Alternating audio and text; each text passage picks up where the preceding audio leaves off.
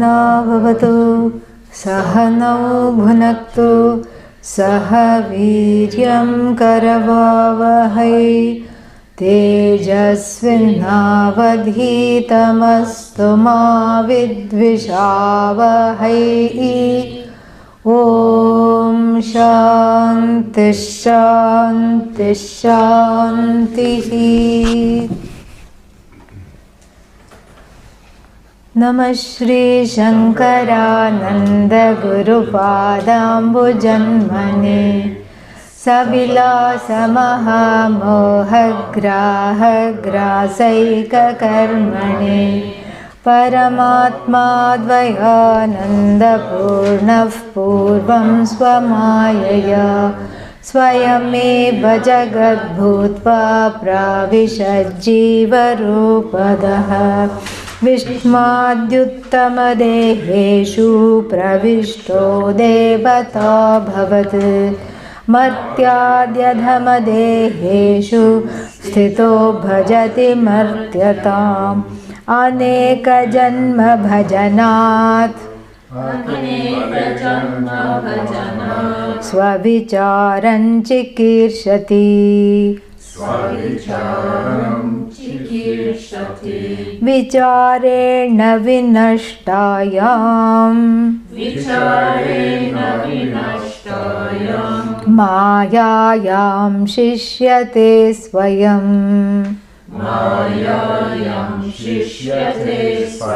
Yeah, mind the long hours.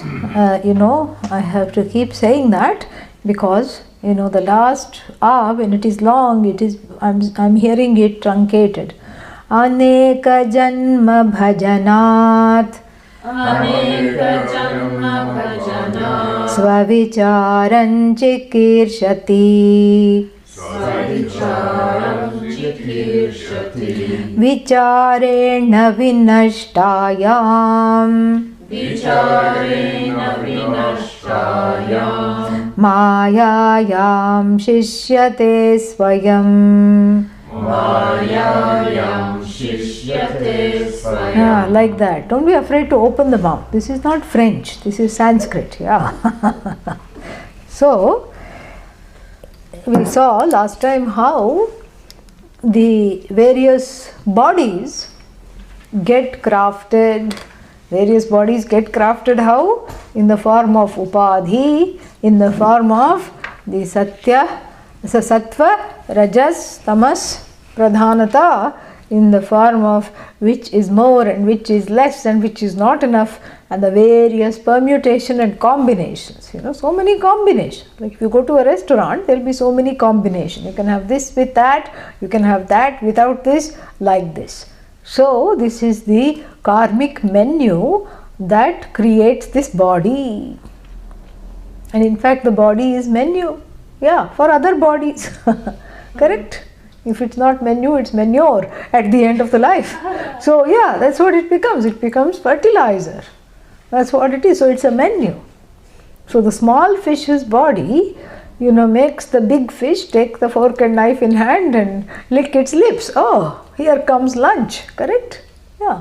So everybody is lunch. Yeah.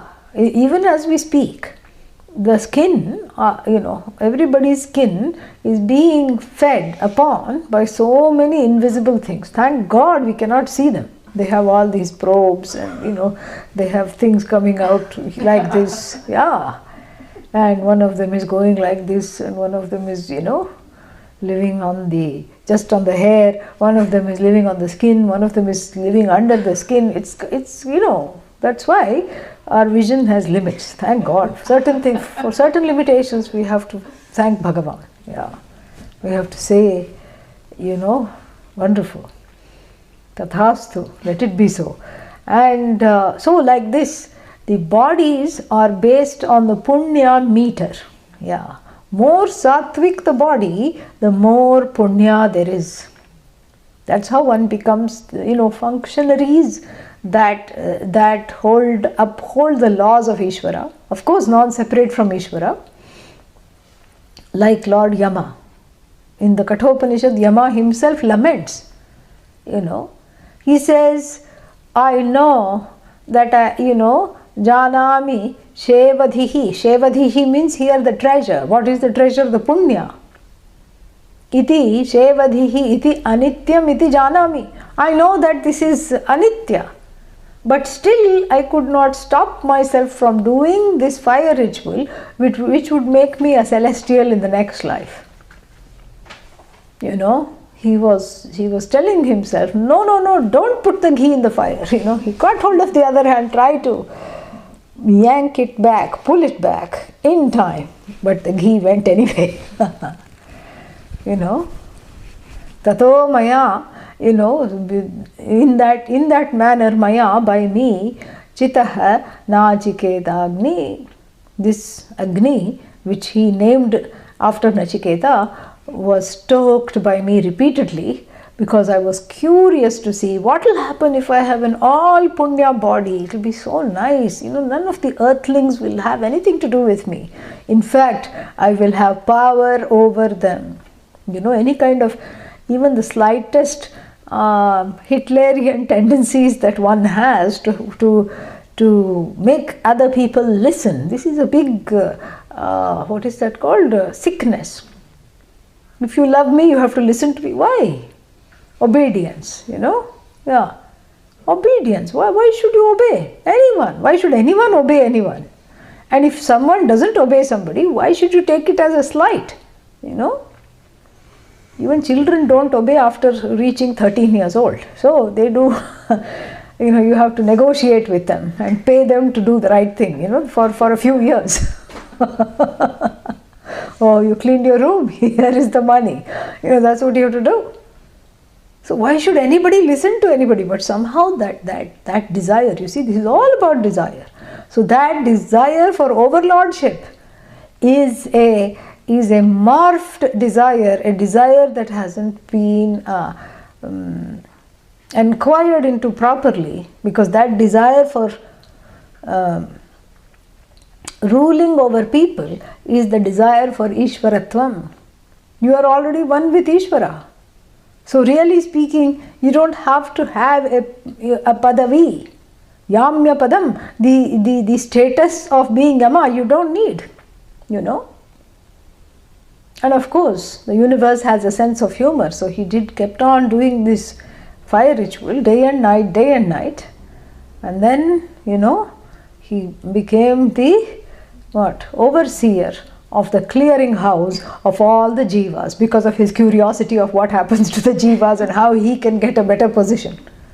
And so it's like all these conveyor belts, you know, conveying the jivas to their various trajectories, and he just, you know, puts this one there and makes sure, oh, that one went by mistake, okay, and that one is kicking and screaming and not wanting to come here, pluck here and put it on this belt. That's all his job. That's why he tells Nachiketa, you went straight for this knowledge.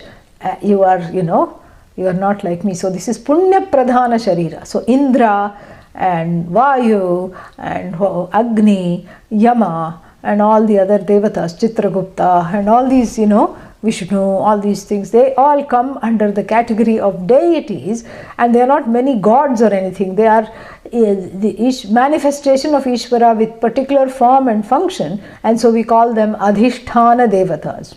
That's what they are. So they are deities that take care of certain, they are functionaries, you know, that's what they are. And so that's because they have a lot of punya. So if you get, I mean, there is the belief in the Hindu tradition that if you get a lot of punya, you will go to heaven, and heaven is equal to moksha. Heaven is not equal to moksha, that's what it says, you know. Martyadi adhama deheshu, repeatedly you have to add bhajati martyatam, keeps gaining, keeps falling into mortality. So a little bit of an airing you get in Vaikuntha, Kailasa. We have many kinds of heaven. You go there, have fun, no core issues, no stomach upset. Yeah, no stomach upset. Oh, you mean I can eat whatever you want? You don't even need to eat.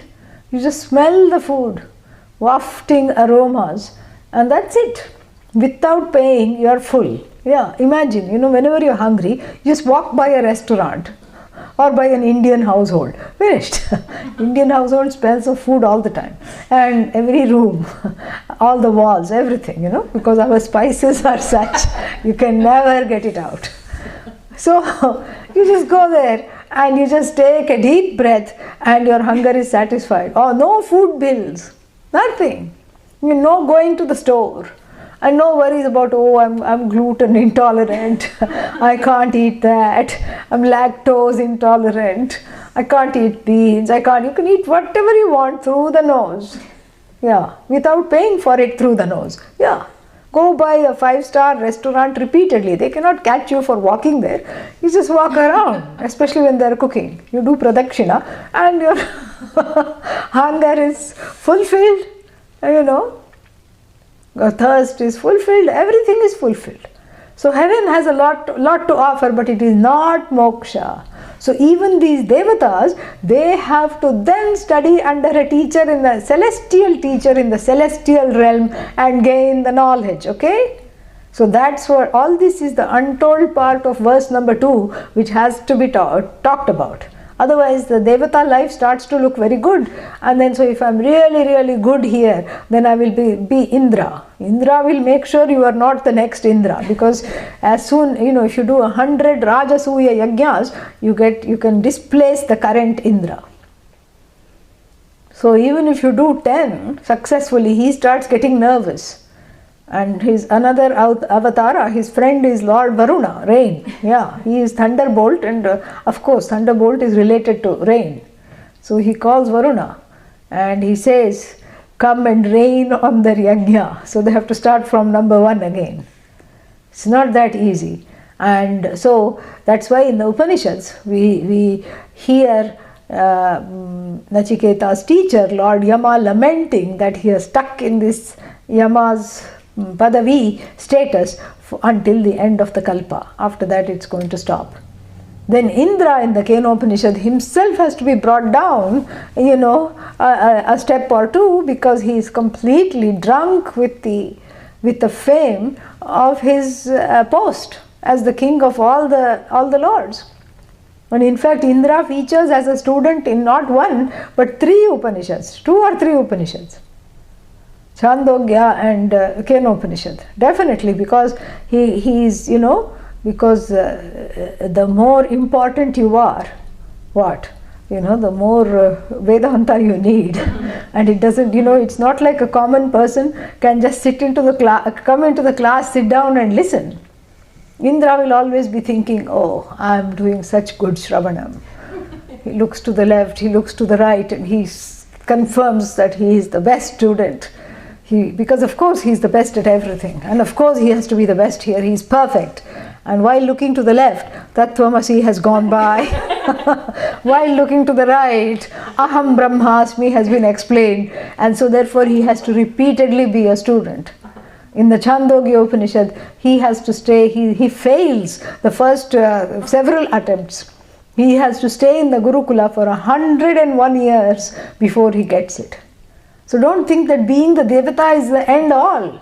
That's not the goal. Because even as a Devata, there are certain limitations, because if you don't know here, you will not know there either. It's not that when you go there, you are beyond the realm of everything. Ignorance is ignorance, no matter whether it's in a nicely golden sattvic body or whether it's in a clay body, doesn't matter. Ignorance is ignorance, regardless of in what casing it comes. Ignorance has to be removed, and this is what the chapter is going towards.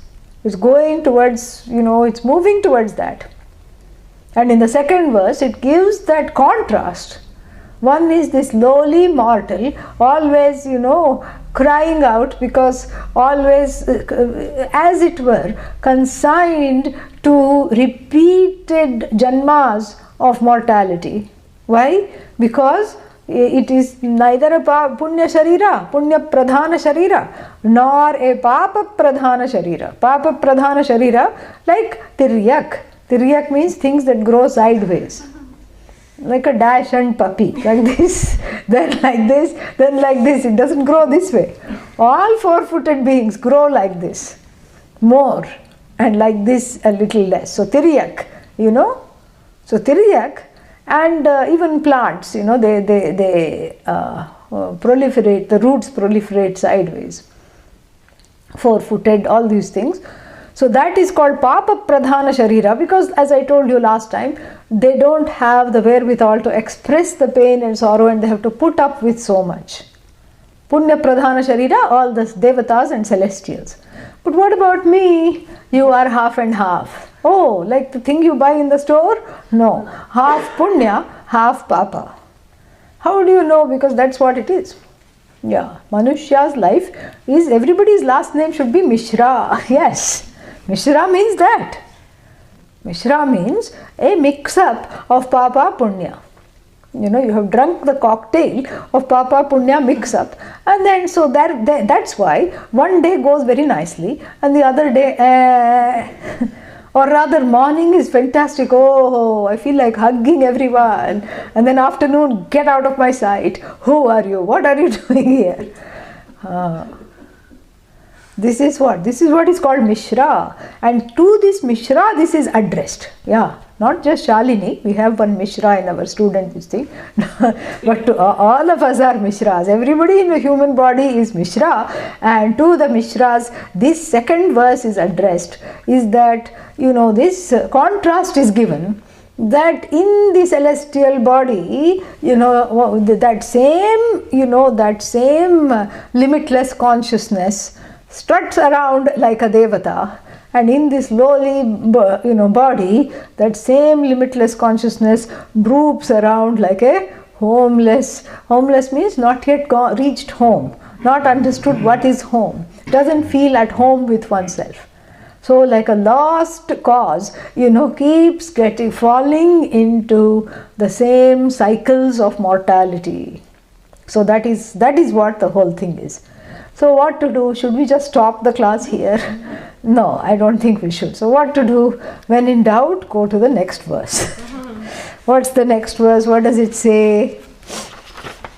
Oh, Laurie, you are over there. Why aren't you over here? Yeah. Okay. अनेक जन्म भजनात् स्वविचारं चिकीर्षति विचारेण विनष्टायां मायायां शिष्यते स्वयं. So now what happens, you know, this Paramatma, this Bhagavan, I told you, unfortunately, even in the lowly bodies, it is Bhagavan. You know, whether I want it to be that or not, whether I, you know, don't want that to be that or not, but that is what it is. So then what to do, how to get out of this cycle, you know, just keep having a few more lives. The next one says, Aneka Janma Bhajanat. Here bhajana means not bhajan, no. This means after repeatedly participating in, gaining, being part of. You see, that is the word, the bhaja is used in many different ways. And in fact, I was just looking at several translations which are all wrong, unfortunately. Yeah, that's what I was looking at earlier too today. So, Aneka Janma Bhajanat, you know, means after repeatedly falling into, participating, gaining several births. Aneka means na ekam, anekam, correct? Not one. Meaning what? You know, it's a polite way. You know, Vidyaranya Swami is very polite, and he wants to break the news gently. And what does he say? You know, not one lifetime. You know, all these Vedanta teachers are like that. You ask Lord Krishna, Arjuna keeps asking Lord Krishna, when am I going to get this? When is the mind going to stay? When am I going to see that I'm going to understand that I'm Brahman? And what does, you know, what does Lord Krishna say? Achirena, nachirena gacchati. Not too long hence. So here also not one birth. Oh, so two? Well, if you say two, you know, I commend you for your optimism. That's all I have to say. You are a very optimistic person. I commend you. Yeah. More like 2 million, I would say. You know, Aneka here means many, many, many, many, many, many, many, many, many, many, many, many, many, many, many.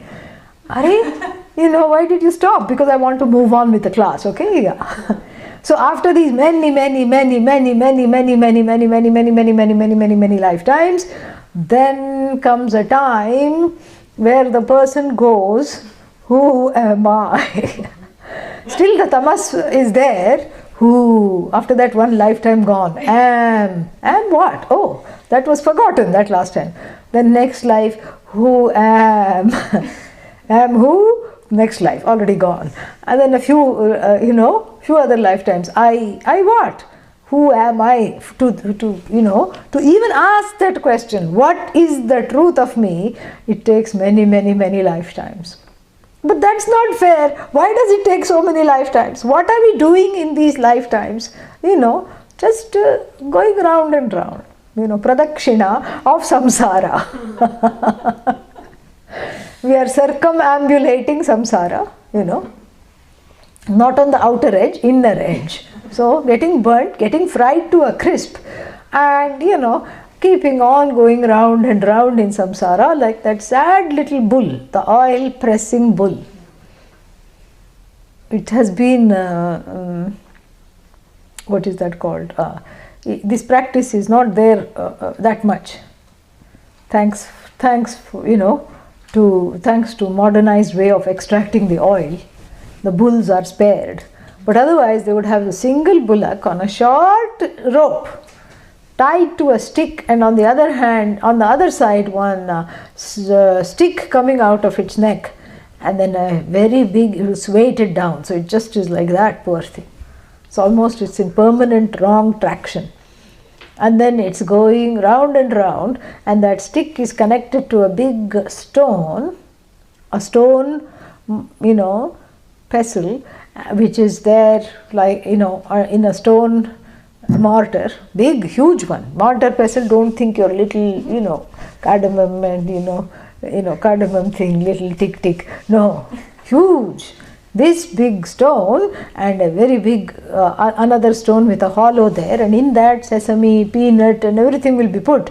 And this poor bull keeps going round, around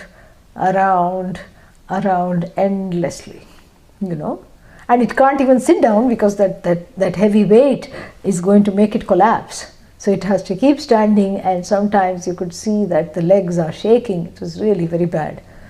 So like that, the jiva is going round and round and round, life after life after life. But how did so many lives come? So many lives? No, lives. How did so many lives come? So many lives came because there is something called Sanchita Karma. What is Sanchita Karma? Sanchita Karma simply means that if you have been, what?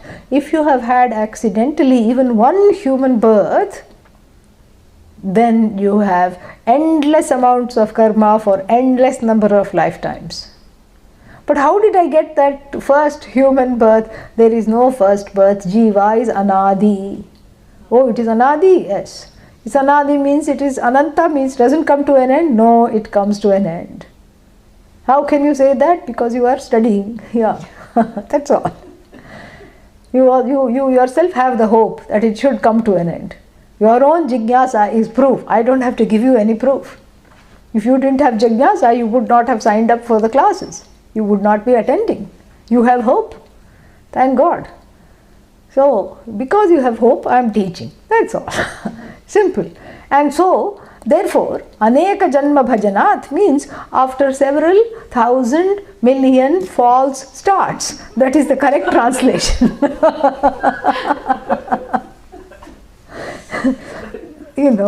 Then finally the right thought comes. For the right thought to come, certain things have to come into place. What has to come into place? Some accidental punya has to fructify. Good karma accidentally done, I was going to step on a krimi. Krimi means a small insect. But then I tripped on a stone and did not step on it, so it's carried away. That means punya, correct? Accidentally, I didn't intend to, save its life, but somehow accidentally some punya was gained. And also, the jiva in the human life, because only in the human life you can gain papa punya. Donkey doesn't gain papa for kicking. Yeah, no, not at all. And dog doesn't gain punya for not barking. No. Because it has freedom of action, but it has no freedom over action. For papa punya to be gained, you have to have freedom of action and over action. But what does that mean? Donkey has the freedom to kick, but it doesn't have the freedom to not kick. Even if a sadhu is standing behind the donkey doesn't look through the peripheral vision and say, oh, something in orange, oh, leg, keep still. No, it cannot. You have to take the sadhu to task. What's wrong with you? Why are you standing behind the donkey? You cannot take the donkey to task. Like this man in India, recently somewhere I read that he sued the neighbor's hen. Yeah. Not I thought this only happened in America, but India is catching. It's become a very litigious society, and he sued the neighbor's hen for coming into his farm and eating up all the earthworms, so that his farm is not getting, soil is not getting fertilized, somewhere in rural area, village. And then it went to court, and then the court ruled, the court was both amused and then chided him for wasting the court's time with this kind of frivolity. And the court ruled that, in the future, the hen cannot be sued. Hen, cat, dog, these things, because, they don't have freedom over action. And so therefore what? So therefore, aneka janma bhajanat, after having many lifetimes of doership and getting trapped in doership repeatedly, and then finally getting to a place of of doing something good accidentally, and then doing some punya karma incidentally, and then doing some punya karma voluntarily. Sometimes, this takes a long time, even in one's life. Why should I do this? Why should I do that? Why should I help somebody? All right, here, because you're saying and you're my friend, here is something. And then later on, oh, I think I also want to volunteer. Oh, I think I want to do this. I want to help out because I can. So that kind of sattva has to come. Even in the human body, some sattva has to be cultivated. The sattva, rajas, tamas, even though in one's lifetime it is there, a certain combination is there, one can increase the sattva through cultivating it, by acting in ways contrary to rajas and tamas. So, aneka janma bhajanat, so in the due course of these many million lifetimes, in these million lifetimes, a few of them have been human lives, and in those human lives, mostly I have, it's been a hit or miss, mostly miss. Once or twice I have hit the situation and done a few good things. And then what happens, that's what the Viveka Chudamani says. Durlabham trayamevaitat daivanugraha hetukam manushyatvam mumukshutvam mahapurusha samshayaha. M and M and M, not M and M. Yeah. 3 M's are very difficult to get. 2 M's you can buy at the store. It's called M and M.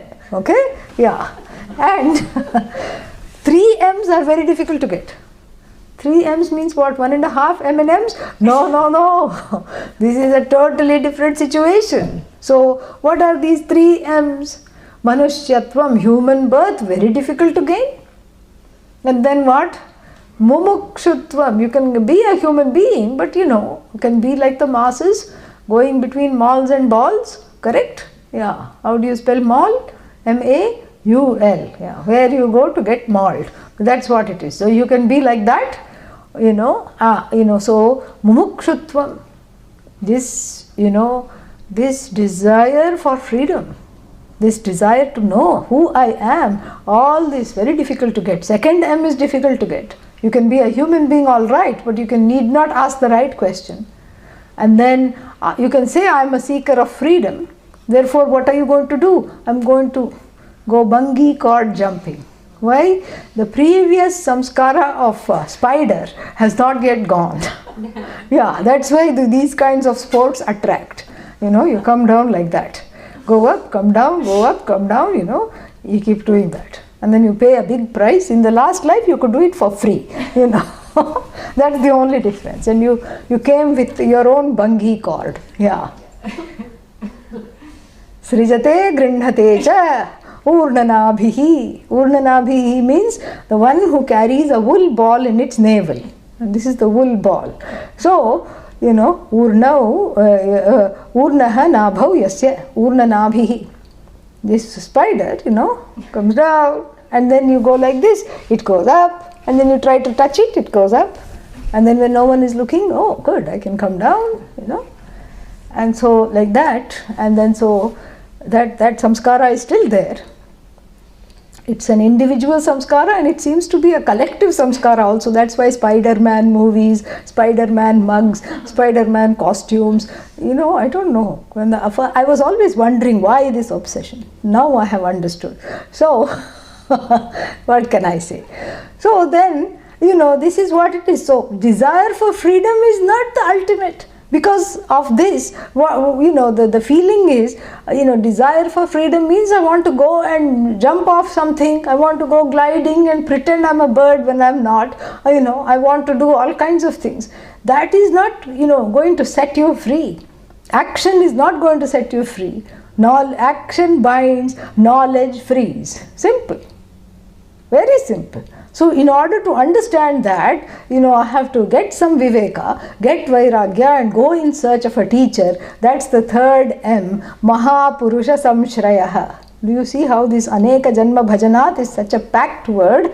Oh my goodness. So all this has to happen in order for the next thing in the verse, Swavicharam Chikirshati. Chikirshati, Chikirsha. What is Chikirsha? Yeah,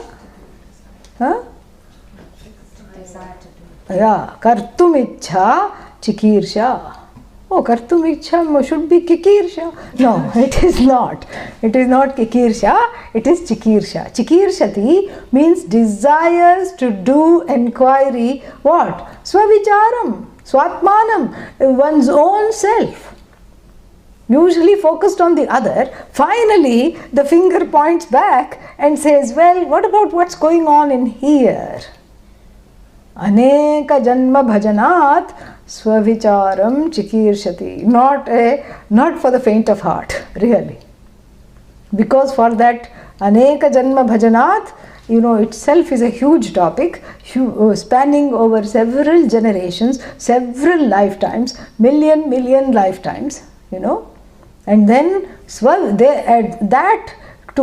million lifetimes can go by, but to connect that to swavichara chikirshanam, to connect to that is another big quantum jump. Big jump. Why? Because all this has to be understood. That, something is wrong, and that I am the problem, and I perhaps am the solution. And that I have to look into this carefully, that I need help, I need a teacher, I can't do this on my own, that there is something, amiss. And no matter how much I'm trying to straighten it out, I'm getting tangled, like a kitten playing with a ball of wool. I'm becoming one with the ball of wool. More and more entangled into this samsara. So something is horribly wrong, and therefore what? Therefore I need help, and I need to go to somebody who knows, because it's not about doing, it's about knowing. Aneka janma bhajanat swavicharam chikirshati. This is called Shubha Ichha. Ichha means desire, Shubha means auspicious. But what about all the other desires? Inauspicious. Yeah. Why? Because one is going for the wrong thing. Wrong thing. But why is it wrong? It is wrong because that's not what you are seeking. Because look at all the Purusharthas. Dharma, what else is there? Artha, Kama, and then Moksha. Dharma is the desire, the desire for dharma is actually an indirect desire. Because one may argue that nobody wants to do the right thing. You don't want to do the right thing, but you don't want other people to do the right thing to you. Therefore, you desire dharma. And that can only be managed when you also are able to do the right thing. Because this cannot be enforced in any other way, right? So therefore, dharma is the first purushartha. I want everybody to treat me nicely. I want everybody to be kind to me. I want them to be gentle to me. I don't want to be defrauded. I don't want to be lied to. I don't want to be cheated. I don't want to be, I want to be greeted properly. All these desires, that's the first one. In and through that, what is it that I really want? I want to be treated right. What does that mean? If I want to be treated right, what does that really mean? What is that desire? That dharma, that desire to be treated correctly, what does that signify? Because I deserve it. You see, there is a certain feeling that this is what I deserve. This is who I am. And then the next one is what? Security, artha. Security, why? Because inside one feels insecure. That's what it is. Kama, all kinds of pleasures, all kinds of desirable objects. Again, because the desire has scattered into so many names and forms, it has morphed into so many things. Because even when I go for that, that is not what I really want. That's why everybody gets bored very easily. What about this? Oh, been there, done that, been there, done that. And like a child, you say, are we there yet? What is this there? That there is really here is not understood.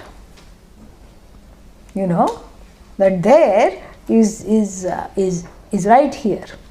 That is not understood. So really speaking, the final purushartha, which is moksha, freedom from what? All these things that I don't want.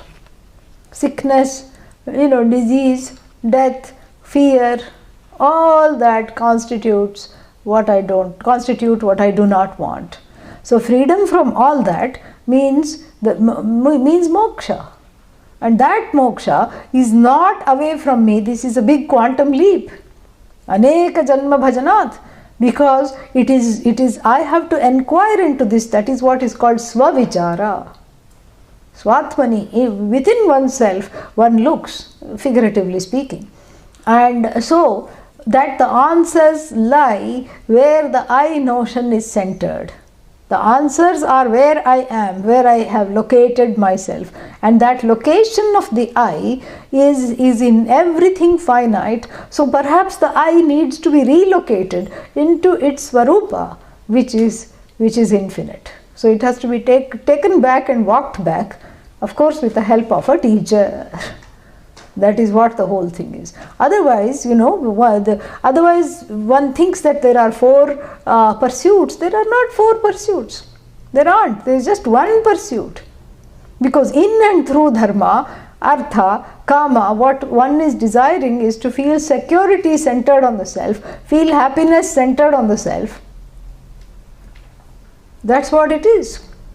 And so therefore, this is what has to be understood, that in and through all the purusharthas, what I am seeking is myself, because everything else that I have sought has led me to a dead end and has led to a jaded, faded jiva, like the new fashion genes among the young people. Those genes they are called holy genes. Why? Because they have more holes than fabric. And in fact, they are more expensive. Yeah, they are made in a place near Coimbatore. Yeah, and and then you have to bleach certain areas and then you have to make them all warped looking, that's more expensive to produce. So that's what it is. So frayed, frayed jiva, pun intended, this is what the whole thing is. So swavicharam, I have to understand where this I is really located. I have to repatriate the I back to itself. That is what the whole thing is. And then what happens as a result of that is given in the next line.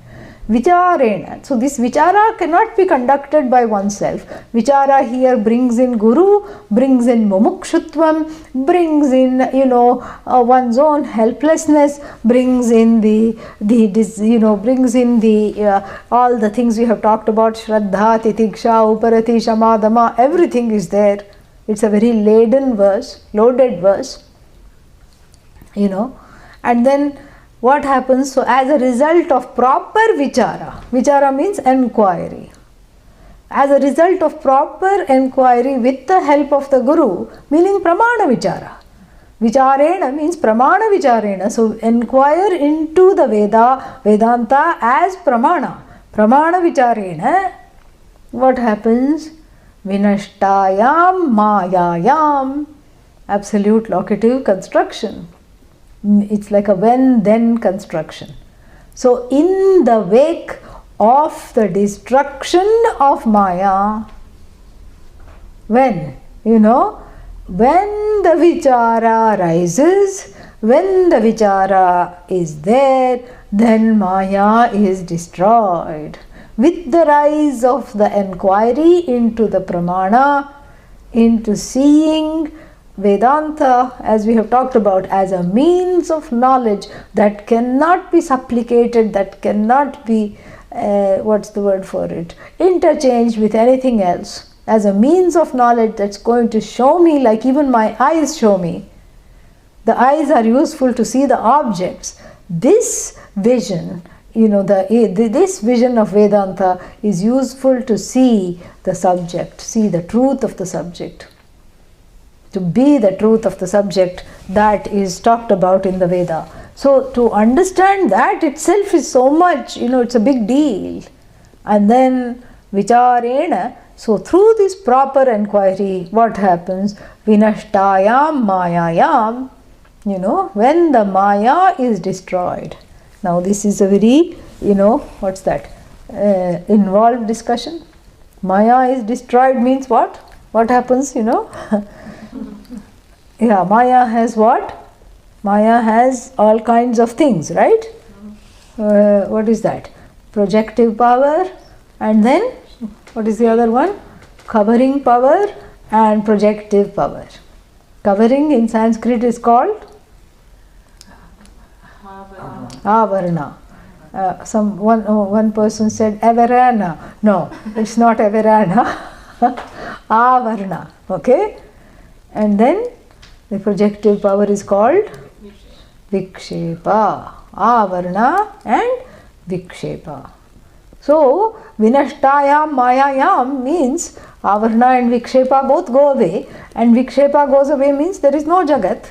That means there is no body, and that means there is no Guru. Where is Guru? Yeah, no Guru. And if there is no Guru, of course there is no Shishya. And so there is no Guru, no Shishya, no Vichara. Then when Maya is destroyed, everything is destroyed. There is nothing there, What is there? Nothing is there. Correct? Not correct. Well, so how do we understand Vinashtayam Mayayam when Maya is destroyed? Huh?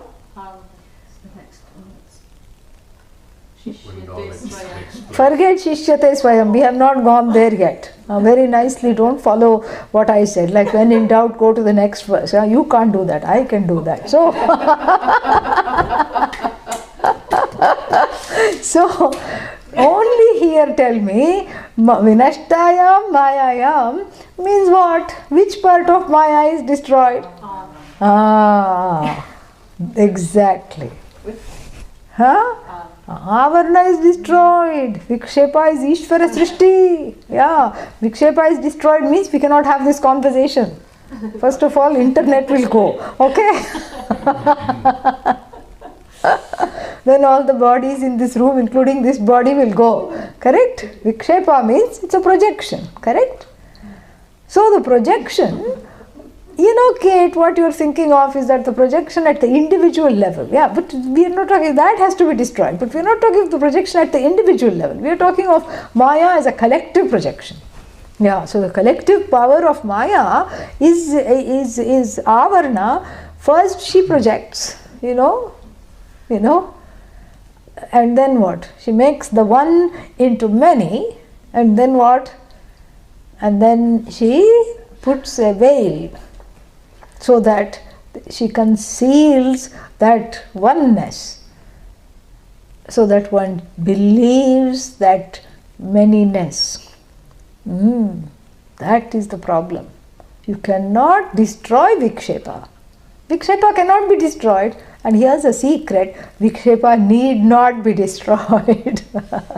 Vikshepa need not be destroyed. Why? Because it is an infallible Vikshepa. It is Ishvara. It is all knowledge. What are you going to destroy? There's nothing wrong with it. What is wrong with the cataracts of the vision? That's Avarna. That's what has to be destroyed. So Vinashtayam Mayayam doesn't mean, that everything is gone, we are in Pralaya. If we are in Pralaya, one good thing is we don't have to study Vedanta. That is a good thing. You don't have to log on. You don't have to think, when will this 1 month course end? Why did I sign up? I didn't think it would be so hectic. And so many people have dropped out. Why am I not able to drop out? Why do I keep coming? And all these you don't have to worry about. Pralaya means big drop, yeah. Everything drops, the whole Jagat drops. The ball called the Jagat drops. Correct? Yeah. And there's no one to say Happy New Year because everything is just one, non-separate Ishvara. That's all there is. Consciousness. De-manifest consciousness. That's all it is. So in this de-manifest consciousness, you cannot even enjoy the feeling of just being one with Brahman because there is no enjoyer, there is no object of enjoyment. You can't say, I'm hugging Ishvara, Ishvara is doing cha-cha-cha with me, we are so close. No. There's not even the subtlest duality, it's all just one. And sometimes this is important to explain because people start to think, why do I have to deal with other students and come to the class? Why do I have to come to class, first of all? Why I have to just do all these things? Why can't I just go and just wait till Pralaya? Because you don't have to worry about, enlightenment, quote unquote, whatever that means. And I don't have to worry about self-knowledge and getting enlightened. I just have to wait for Pralaya and then that oneness will come naturally. I enjoy the oneness, the enjoyer is missing, okay? Yeah. Oneness is there. Oh, but that's what I want. Oneness is here too. Oh. Okay, this is the whole thing. So I'll wait for Pralaya to enjoy that oneness. Is like that one more elephant joke. How did the elephant come down the tree? Of course, how did it get up the tree is another, we can't have this discussion without how it got up the tree. How did it get up the tree? It sat on a seed and waited for it to grow. And then once it got on the tree, how did it get down the tree? It sat on a leaf and waited for fall to come. And gently it swayed down. That's how it is. Waiting for Pralaya to become, to quote unquote experience the oneness is like that elephant getting down from the tree. Ever so gracefully. So, vicharena vinashtayam. So what gets vinashta? We have to see Mayayam, which part of Maya? What gets destroyed? We have to be very, very careful. Avarna gets destroyed in the wake of knowledge. This is very subtle. Listen carefully. I'm also warning you. I'm going to go over. Yes, definitely. I'm going to go over a few minutes. Huh? Today is no meditation. Tomorrow is meditation. Ha ha ha. So,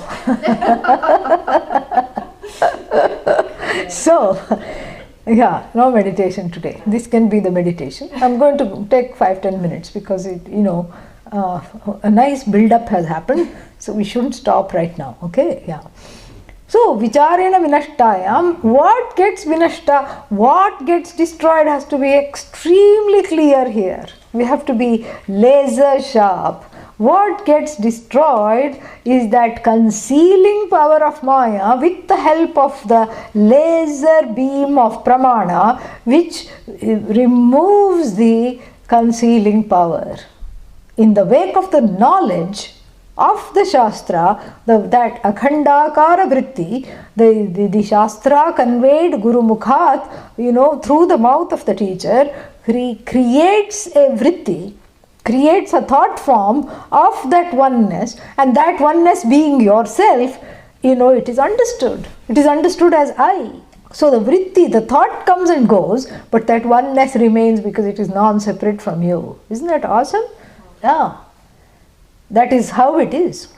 Because that which the Shastra conveys via the Guru is not the object, it is the subject itself, and that subject happens to be self-evident, so it doesn't need to be understood as an object. It's already understood as the subject. Aha, this is me. So that aha feeling in the class is all this Maya getting destroyed. Aha, yeah. Oh, that's what it is, yeah. That's what it is. Maya is getting destroyed. And that so enlightenment, quote unquote, is not one aha moment, it's a series of aha, aha, aha, aha, aha, as the Maya is getting swaha, swaha, swaha. That's all it is. Yeah, after swaha comes aha. Yes. So it's a series of ahas, which means it's a process of growing clarity. Enlightenment or self-knowledge is not an event that can happen to the self, because if it is an event that can happen to the self, the event which is in time becomes greater and limitless than the self. It limits the self. So if it's not an event that happens to the self, it's more of the shedding of that avarana. So the avarana, like dead cells, the dead skin cells, is repeatedly shed. Shed, shed, shed, shed, shed. And the Shastra is like that salt, exfoliating salt. Exfoliate, is that what it's called? Yeah, exfoliating salt. Shastra is like a rub, and a salt rub, yeah, brings out, it takes away what doesn't belong, and so what remains is the truth of the self alone. So that is what the aspect of Maya that is destroyed. But what about Vikshepa? What about it? Let it be there. If I know the truth of myself, even if there are 10, 100 things, 1,000 things, million things, it's not a problem to deal with them. Yeah, you can say that and get away because it's the end of the class. You don't even have to explain it.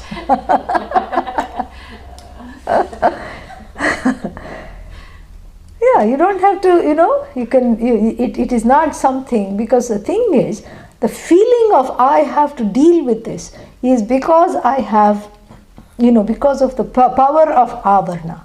That concealing power conceals that oneness between myself and the other. Therefore, I keep, having my defenses and offenses up. And when I have the defenses and offenses up, naturally I am offensive and defensive. Simple. So, two things here. One is the Vikshepa Shakti of Maya is destroyed in the wake of the knowledge given properly, handled properly, wielded properly as a pramana by the teacher, by the Guru. Okay? Number one. Number two, something else is destroyed. Avarana Shakti of Maya is destroyed and my own Vikshepa Shakti is destroyed. Very interesting. On the collective level, it's very interesting. So collective level, Maya has Avarana and Vikshepa. concealing power and then the projecting power. And on the individual level, this jiva also has concealing power and projecting power. Very interesting. Has both these things. What is the vikshepa? My own projection. They don't like me. I am an idiot. I am a donkey. I am not good at anything. I'll never get Vedanta. I can't meditate. I don't know what's the use of taking these classes. Nothing is happening. This hopeless helplessness and all this is my own projection based on, and the raw material for this projection is what? Past hurts. I smear the world with my past hurts. That's what it is. Therefore, the world looks a gloomy, gloomy place, dreary, like a dungeon. I am imprisoned in my own vikshepa. First, I have happiness that I have vikshepa. Look, I can just project anything on anywhere. And then suddenly I find I am locked in a prison of my own vikshepa. So at the individual level, the teaching removes the vikshepa, the scales of the vikshepa from the eyes. Very interesting.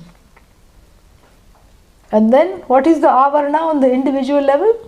What is hidden from you? My own self. Huh? What is hidden from you? Don't go all paramarthik on me. on the vyavaharik level, what is hidden from you?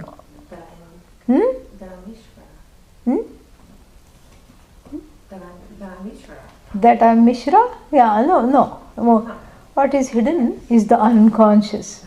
That's why I said don't get all paramarthik right now. I gave a clue. What is hidden from me is that which is called the unconscious. That's why it's called unconscious, because suddenly one gets angry. Why? I don't know why I blew up. I'm fine now. Something happened there. Suddenly one starts weeping. Why? What happened? Don't know. A wave from the past came and struck the shore of that, the sands of awareness. And then it just blew up into tears and fears. That is what the unconscious is. It's avarana, but it is Ishvara Srishti. It is not, I have not made the unconscious. Very deep this is. So on the individual level, I have to shed the vikshepa. That's why I have to study Upanishad, in order to do that. And on the collective level, the avarana has to go. On the collective level, the vikshepa is Ishvara Srishti. On the individual level, vikshepa is Jiva Srishti. Avarana, that which is concealed from me, is Ishvara Srishti. I cannot make it go. I can only make peace with it and integrate it. Very nice, So the individual also has Shaktis. These two Shaktis are there. Correct? So, lot of fun. Very deep to think about this like that. On the collective level, the vikshepa is okay. I can't do anything about all the multiple names and forms. But my own avarana, my ignorance here is called avarana. That avarana of buying into that multiplicity is shed. And on the individual level, the powerful Vedanta Shastra, wielded properly like a laser beam by the teacher, destroys what? Destroys the vikshepa, individual vikshepa and collective avarana of Maya Shakti. Beautiful. And then what happens? Shishyate swayam. So when Maya is destroyed, what is remaining is you. This is a head scratching moment, and that's why I said I wanted to look at the Viveka Chudamani, because the student there has a very, very, very interesting question.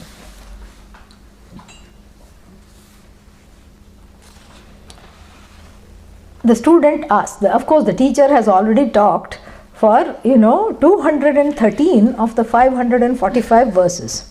Okay? This is, if you are following it, it's on page 188, Janani. Yeah, 189 rather. So, 545 verses, 213 has been, already taught, meaning we are almost halfway through the teaching, and this fellow asks a fundamental question. After half the teaching, Panchakoshas have been talked about, and then the five, five koshas, 3 states of experience, everything has been, negated and everything. And then, and the teacher concludes, yoyamatma swayam jyotihi panchakosha vilakshana avastatraya sakshi san nirvikaro niranjana sadanandassa vigneya swatmatvena vipaschita. So please see the one that is left over after the 5 koshas are negated and after the 3 states of experience are negated, what remains is you. And the student, the Brihaspati, says the following. Mithyattvena nishiddheshu kosheshveshu teshu panchasu sarvabhavam vina kinchit na pashyami atra he guro vigneyam kimu vaktavyam kimu vastviti swatmanatma atma vipaschita. He says, after negating everything, there is nothing. The truth of me is nothing. Nakinchit shishyate. Nothing is remaining. And here also in verse number 3, what is that? Vinashtayam mayayam shishyate swayam. You remain. I don't remain. Everything has been negated. I have also negated myself. Now what to do? Wait for Saturday. Om Purnamadah Purnamidam Purnat Purnamudachyate Purnasya Purnamadaya Purnameva Vashishyate. Om Shanti Shanti Shanti. Harihi Om Shri Gurubhyo Namaha. Harihi Om. Okay. Yeah, Vivian, you got that, unconscious. Wonderful. It was over too soon. Good thing you could hear. Sometimes you don't, hear how to deal with the unconscious in day-to-day life. That's a very big discussion, but for the time I will say, you just make peace with it. You just love it up. Love up whatever comes from the unconscious as you would a small baby. You have to parent the unconscious. Yeah. When it becomes apparent, you have to parent it. That's all. And then after a while, it will attack less and less, and the attacks will be less intense. Okay? Yeah. You get to know the ways of the unconscious. Yeah, very nice verse. Wonderful. So good that you are all here. So nice only. Very nice. Ah, Nivedita has already given her blog. Wonderful. Oh, I think today we have to give some prasad since it was little late.